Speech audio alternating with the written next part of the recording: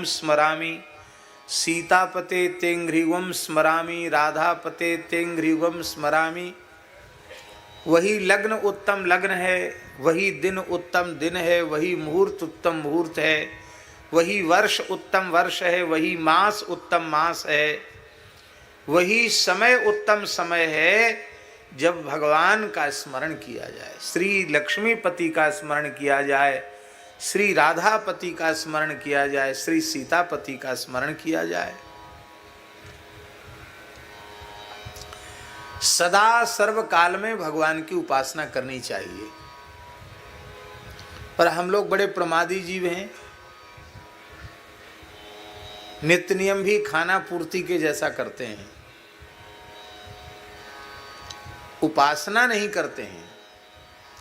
उपासना करते आराध्य की अत्यंत निकटता।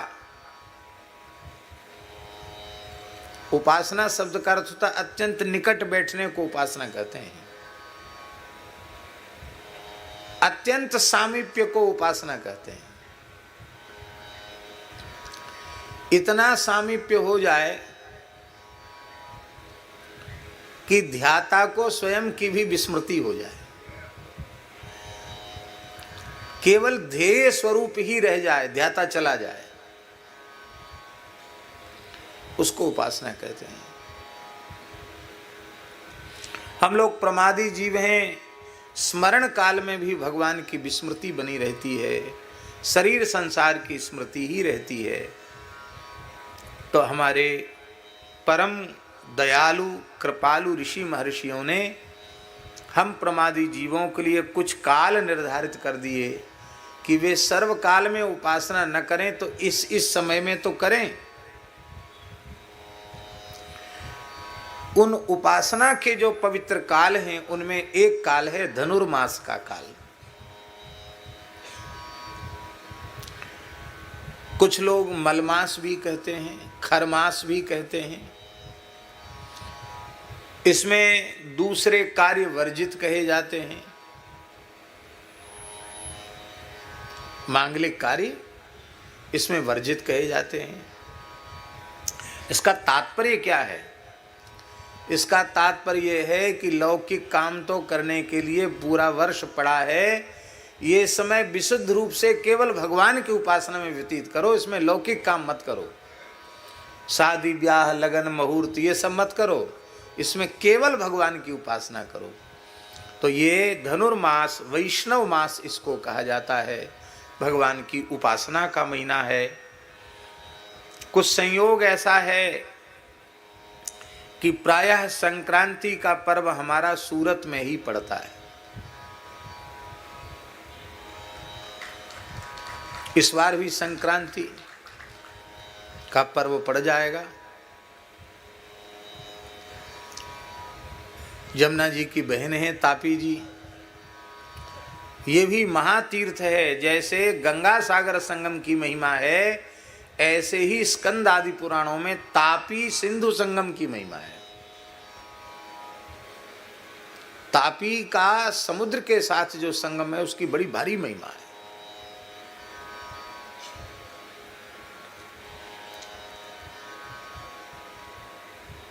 ये सूरत नगर के गो सेवक गोभक्त उनके विशेष आग्रह से यह आयोजन लगभग हो ही जाता है और भगवत इच्छा से ये लोग सभी बड़ी उदारता पूर्वक गो सेवा करते हैं।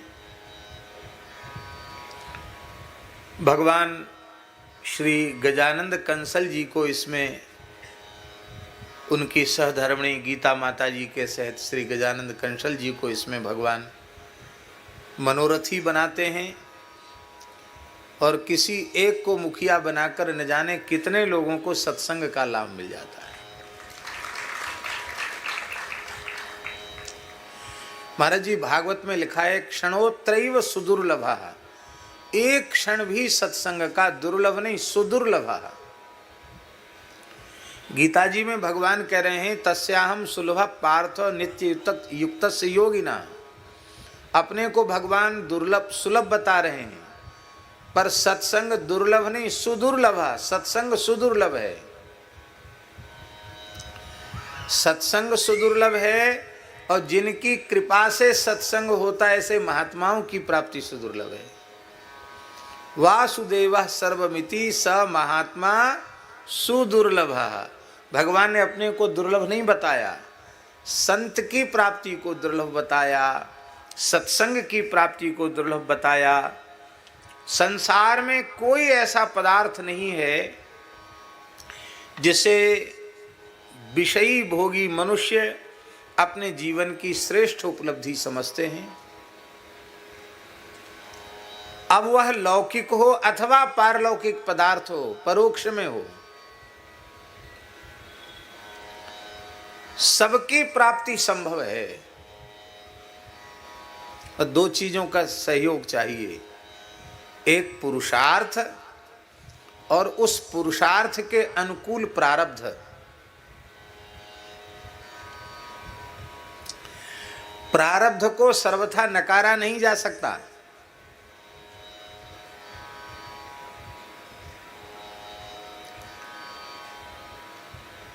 अब पुरुषार्थ को भी सर्वथा नकारा नहीं जा सकता।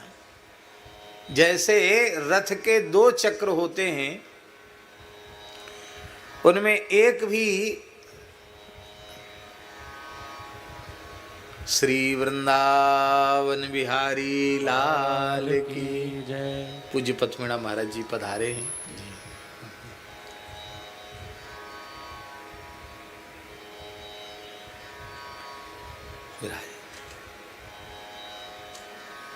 एक सोफा संतों के लिए ही कर दें, बाकी जो भक्त लोग हैं ना वो थोड़ा एक सोफा संतों के लिए ही कर दें।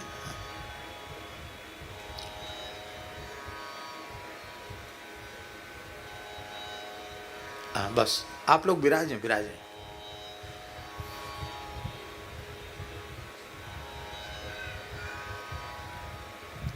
विराज जाएं, सब लोग विराज जाएं।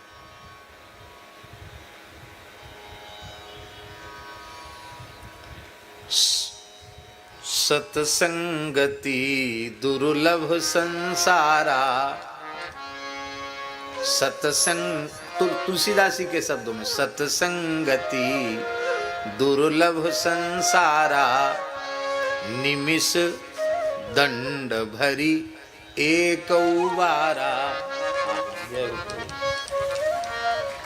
आपने तो विशेष माला बनवाई है तुलसी की। लाभ महाराज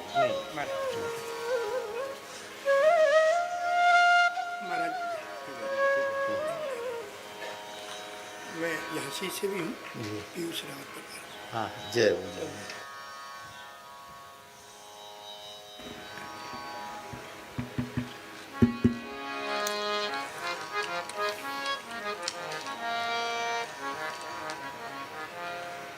सत्संगति दुर्लभ संसारा, निमिष दंड भरी एक बारा।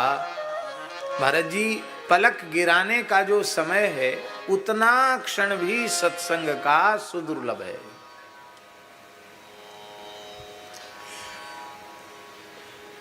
धनाध्यक्ष कुबेर को कहा जाता है,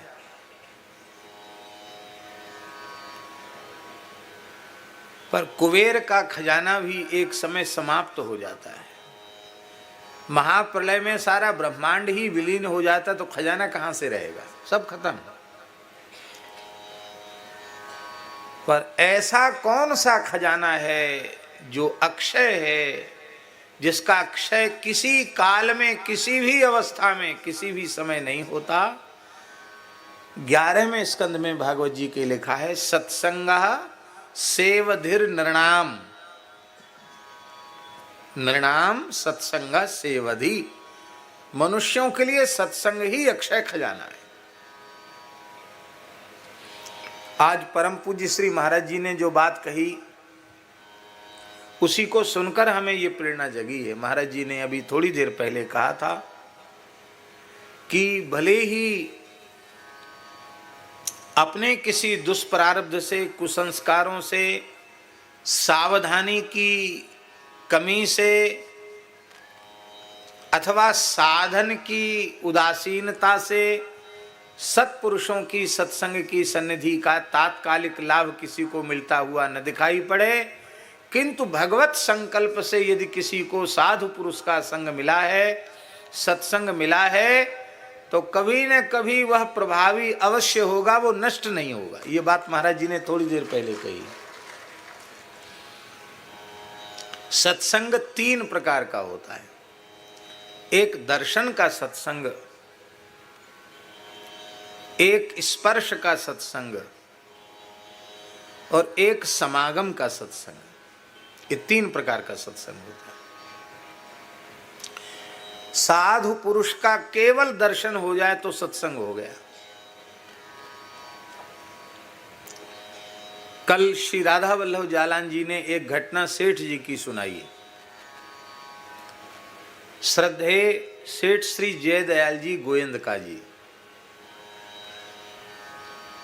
हरिद्वार में कोई बड़ी गोष्ठी थी, सभा थी विद्वानों की, संतों की, और उसमें श्री जयदयाल गोयंदका जी को बड़े आग्रह पूर्वक निमंत्रित किया गया।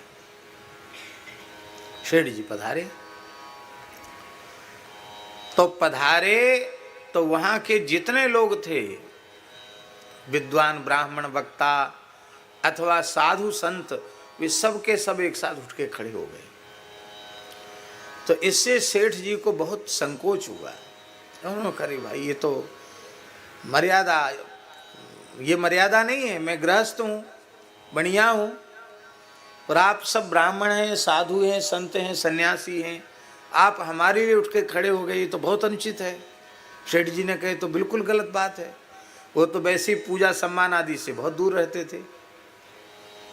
तो वहाँ के संतों ने, ब्राह्मणों ने, महापुरुषों ने कहा कि आप अपने को कुछ भी कहो, आप क्या हो ये आप जानो, भगवान जाने, पर इतना हम लोगों को अनुभव हो रहा है कि आपके मंगलमय दर्शन मात्र से यहाँ का पूरा वातावरण परिवर्तित हो गया। ये है किसी भगवत प्राप्त पुरुष के सभा में प्रवेश का फल, उसके दर्शन का फल। ये दर्शन का सत्संग है। स्पर्श का सत्संग,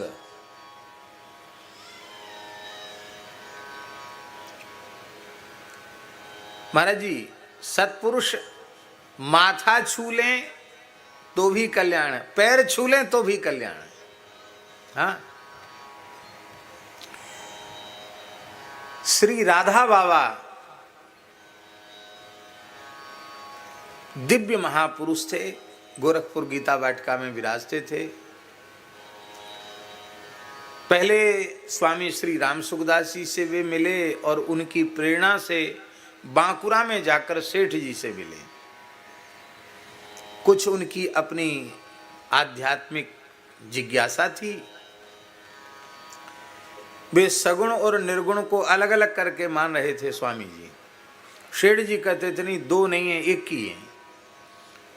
बोले हमको संतुष्टि नहीं हुई, आप शास्त्र के उदाहरण देकर आप समझाइए। सेठ जी पढ़े लिखे अपने सामान्य थे और तत्वज्ञानी महापुरुष तो थे, लेकिन वे पांडित्य के द्वारा उन्हें संतुष्ट नहीं कर पाए। श्री चक्रधर बाबा तो प्रकांड विद्वान थे।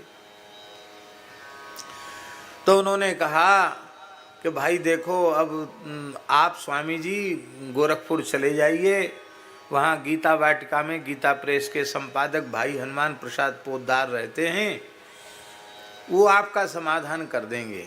तो स्वामी जी थोड़े खींच के बोले, आपने नहीं किया तो हमको किसी और पोद्दार के पास नहीं जाना है, आप कीजिए समाधान।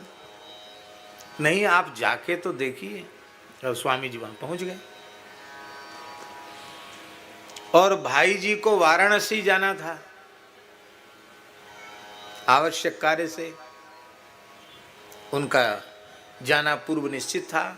उन्हें पता चला कि कोई गैरिक वस्त्रधारी कोई सन्यासी महापुरुष आकर विराजे हैं, मिलना चाहते हैं। तो पूज्य भाई जी आए, बड़ी श्रद्धा पूर्वक उन्होंने भूमि पर मस्तक रखकर प्रणाम किया और दाहिने हाथ से दाहिना चरण और बाएं हाथ से स्वामी जी का बायां चरण ऐसे स्पर्श किया, दूर ऐसे स्पर्श किया। अब वो समझे नहीं कि यही है भाई जी। लोगों ने कहा कि ये भाई जी हैं। अच्छा बना आपसे ही मिलने आए थे। तो भाई मैं तो जा रहा हूँ वाराणसी और 2 दिन के बाद में आऊँगा, आप यहीं निवास करें, फिर आपसे चर्चा करेंगे। शेठ जी ने भेजा तो आपसे चर्चा करेंगे। स्वामी जी वहाँ रुक गए। वहाँ खंड कीर्तन हो रहा था। वो कीर्तन उनको लगा कि हल्ला गुल्ला हो रहा है, उनको कीर्तन में ज़्यादा वो नहीं था। श्री राधा बाबू वो तो ध्यान निष्ठ योगी थे। बोले ये हल्ला गुल्ला यहाँ बहुत हो रहा, हमको पीछे पीछे बहुत पीछे झोपड़ी उन्होंने पसंद की। और उस दिन शरद पूर्णिमा की रात्रि थी। सवेरे भाई जी ने चरण स्पर्श किया था, शाम को वे बैठकर प्रणव का जप कर रहे थे और अपने स्वरूप का ध्यान कर रहे थे, अनुसंधान कर रहे थे, क्योंकि वे ज्ञान मार्ग के साधक थे। और उसी समय उन्हें श्याम सुंदर की मुरली सुनाई पड़ी और वे भाव सिंधु में डूब गए। प्रणव का जब छूट गया, हरे राम राम राम हरे हरे, हरे कृष्ण कृष्ण कृष्ण हरे हरे, ये महामंत्र भीतर से शुरू हो गया और साक्षात नीलमणि श्री कृष्ण का अनुभव उनको हो गया। और उन्होंने कहा कि ये पोद्दार महाराज के स्पर्श का प्रभाव था। क्या कहा उन्होंने? उनके स्पर्श का प्रभाव। ये श्री राधा बाबा ने स्वीकार किया कि पोद्दार महाराज ने जो स्पर्श किया उसका प्रभाव था। भक्तमाल में एक राजा की कथा महाराज जी आती है। वो संत वेश में बहुत भाव रखता था। वो जो भाट भाड़ वगैरह होते उनको कुछ नहीं देता था। बोले इनको तो पैसा देना ठीक नहीं, साधुओं की सेवा करो, ब्राह्मणों की सेवा करो, गौओं की सेवा करो, ये उसका भाव था।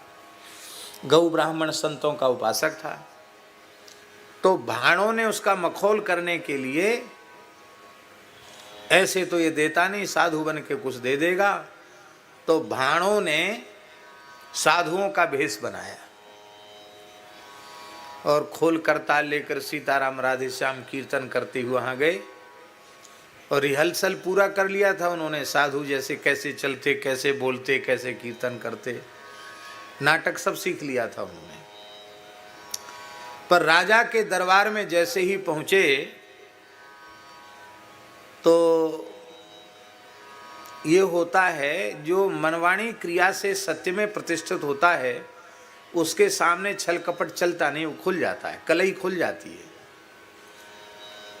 तो वो आए तो साधु की नकल करके थे, पर ऐसे धर्मनिष्ठ राजा का सामना हुआ, दृष्टि पड़ी कि वो अपनी नकल भूल गए, असल में आ गए। तो भाणों जैसा नाटक करने लगे। वो भाण जैसे नकल करके हंसाते हैं, लोगों को प्रहसन करते हैं, तो भाणों का ही काम करने लगे वो।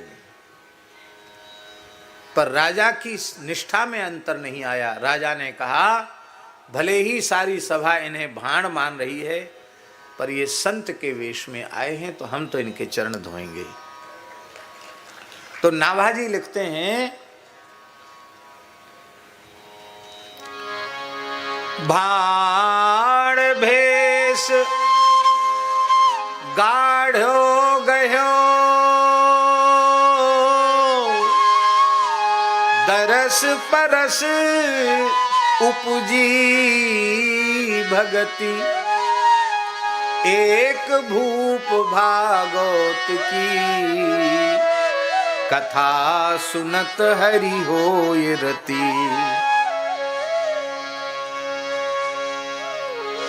भले ही भाण हुए तो क्या हुए, संत वेश में हैं, उन्होंने संत मानकर चरण धोए। तो राजा ने स्पर्श किया उनके पैरों का, तो राजा का दर्शन हुआ और राजा का स्पर्श हुआ। तो नाभाजी लिखते हैं उपजी भक्ति, उन भाणों के भीतर भक्ति उत्पन्न हो गई। वे रोने लग गए, उन्हें पश्चाताप होने लग गया कि अरे क्या राजा से पैर धुलाने लायक हम हैं? अरे हम इसको क्या ठगने आए, हम खुद ही ठगा गए। और यह वेश इतना पवित्र है कि राजा को नतमस्तक कर दिया। तो हे प्रभु, अब ये वेश नकली नहीं असली ही रहेगा, अब इसका त्याग नहीं करेंगे। तो राजा तो जानता था कि ये किस लिए आए हैं। संत वेश बनाकर, तो राजा ने उनको खजाने में ले जाकर खड़ा कर दिया और कहा महाराज दूसरे संतों को तो दक्षिणा दी जाती थी, आपकी जितनी राजी आवे और जितना उठाकर यहाँ से सोना चांदी हीरा जवाहरात ले जाना चाहो ले जाओ। पर उनके भीतर तो भक्ति प्रकट हो चुकी थी, इसलिए उन्होंने कहा महाराज इस धन में दुर्गंध आ रही है। किसकी दुर्गंध आ रही है? बोले रजोगुण तमोगुण की गंध आ रही है, इस गंध को हम सह नहीं पा रहे हैं, हमें आशीर्वाद दो कि बस हमारा वेश ऐसा ही बना रहे। और कह करके राजा को नमस्कार करके वे जंगल में चले गए, लौट के नहीं आए। ये है स्पर्श का सत्संग। अप्रेम पूर्ण स्पर्श नहीं, सत्पुरुष क्रोध पूर्वक भी स्पर्श कर दें तो भी काम बन जाए।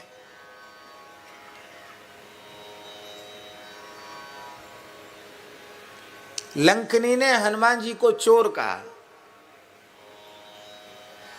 और कहा कि मैं तो चोरों को ही खाती हूं। ब्रह्मा जी ने कह दिया कि जो आवे चोरी छिपे उनको खाओ, यही तुम्हारी खुराक है।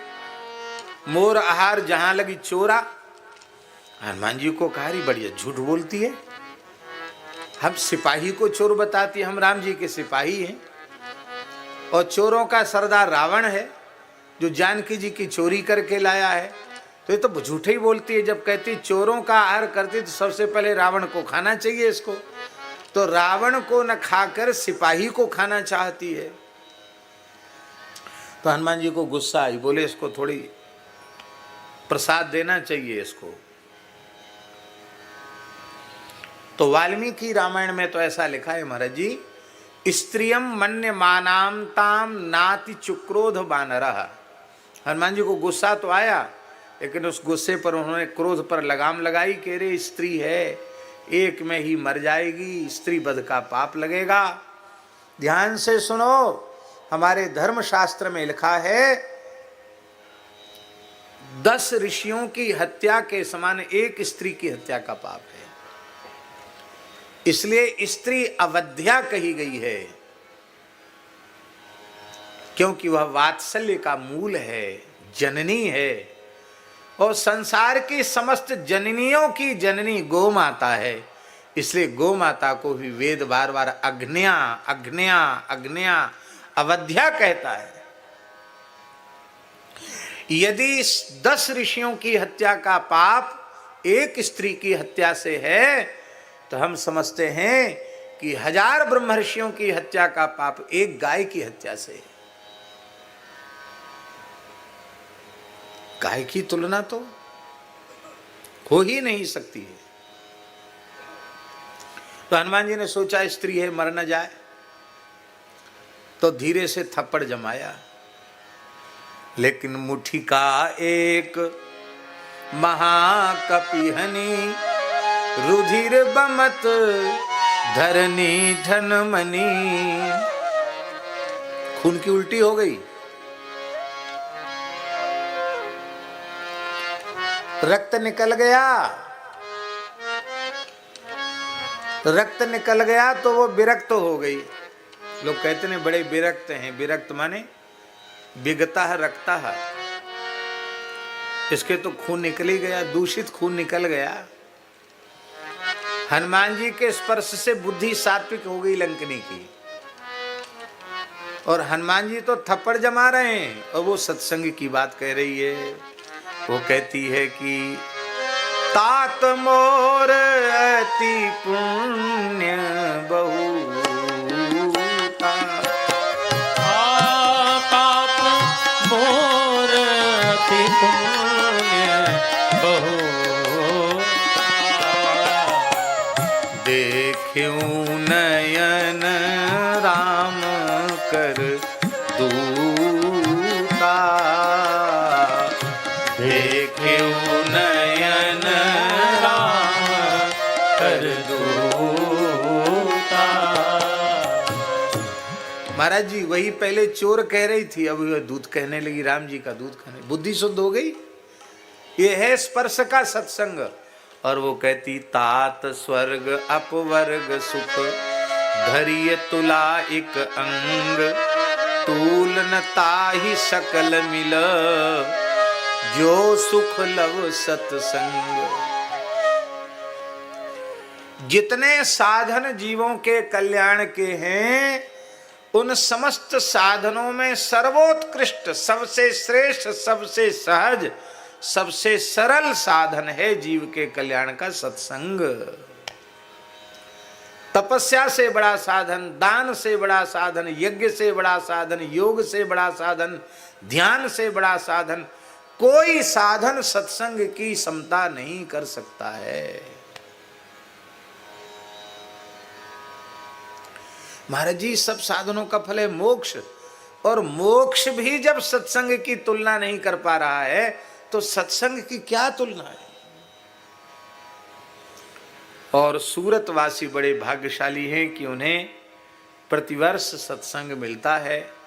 और इस बार तो आप सबका सौभाग्य ऐसा जगह है कि कथा शुरू भई नहीं, सत्संग आरंभ हुआ नहीं कि सत्संग का परम फल आप लोगों को मिल गया।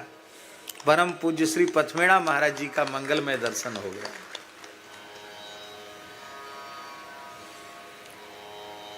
हम अपनी बात आप पर थोप तो नहीं रहे हैं, पर अपने भावना व्यक्त करने का अधिकार सबको है।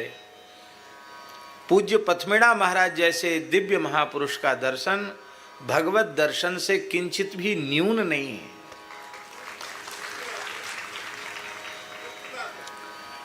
तस्मिन तज्जने भेदा भावात, देवर्षि नारद जी कहते भगवान और भगवान के जन में अभेद होता है। भगवान के श्री नित्य गोलोक विहारी श्री कृष्ण के संकल्प से ही गो सेवा का भाव सब में प्रतिष्ठित करने के लिए, गो उपासना का भाव इस भारतवर्ष की धरा पर पुनः प्रतिष्ठित करने के लिए ही भगवत संकल्प से पूज्य पथमेड़ा महाराज धरती पर पधारे हैं।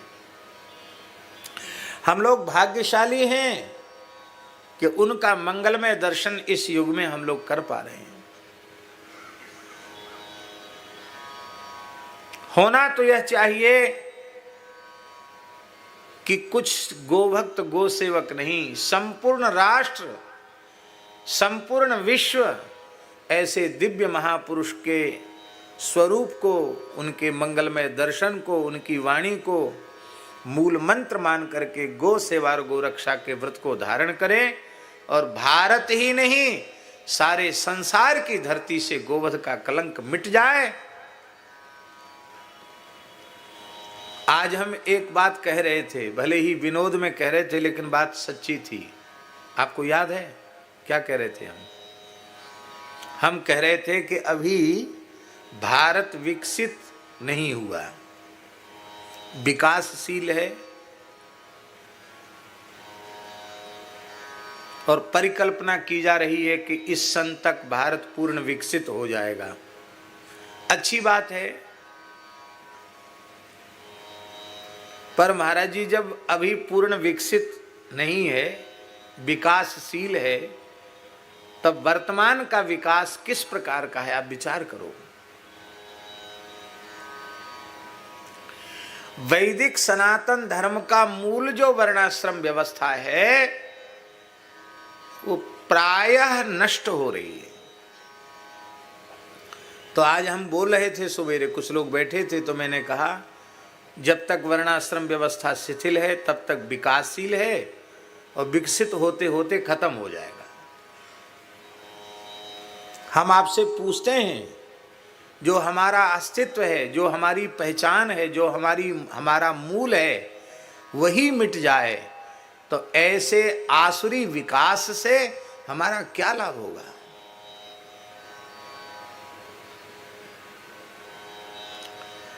दैवी संपद विमोक्षाय निबंधाया सुरी मता। दैवी संपत्ति मोक्ष का कारक है, कारण है, हेतु है, और आसुरी संपत्ति बंधन का कारण है। वर्तमान के लोग जिसे विकास मान रहे हैं या पूर्ण विकसित मान रहे हैं, जिसमें वर्ण संकरता बड़ी तेजी से बढ़ रही है,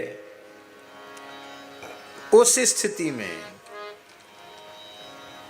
शंकरो नरकायैव कुलघ्नानां कुलस्य च वर्ण धर्म आश्रम धर्म लुप्त हो रहे हैं। उस स्थिति में उस दिशा में इसमें लोग जा रहे हैं। अब तो भक्ति करने वाले लोग भी खुले मंचों पे कहने लग गए हैं कि कोई जात पात बिल्कुल मत मानो, वर्ण आश्रम मत मानो, आप केवल भक्त को देखो, उसी से संबंध जोड़ लो। पर मेरी विनम्र प्रार्थना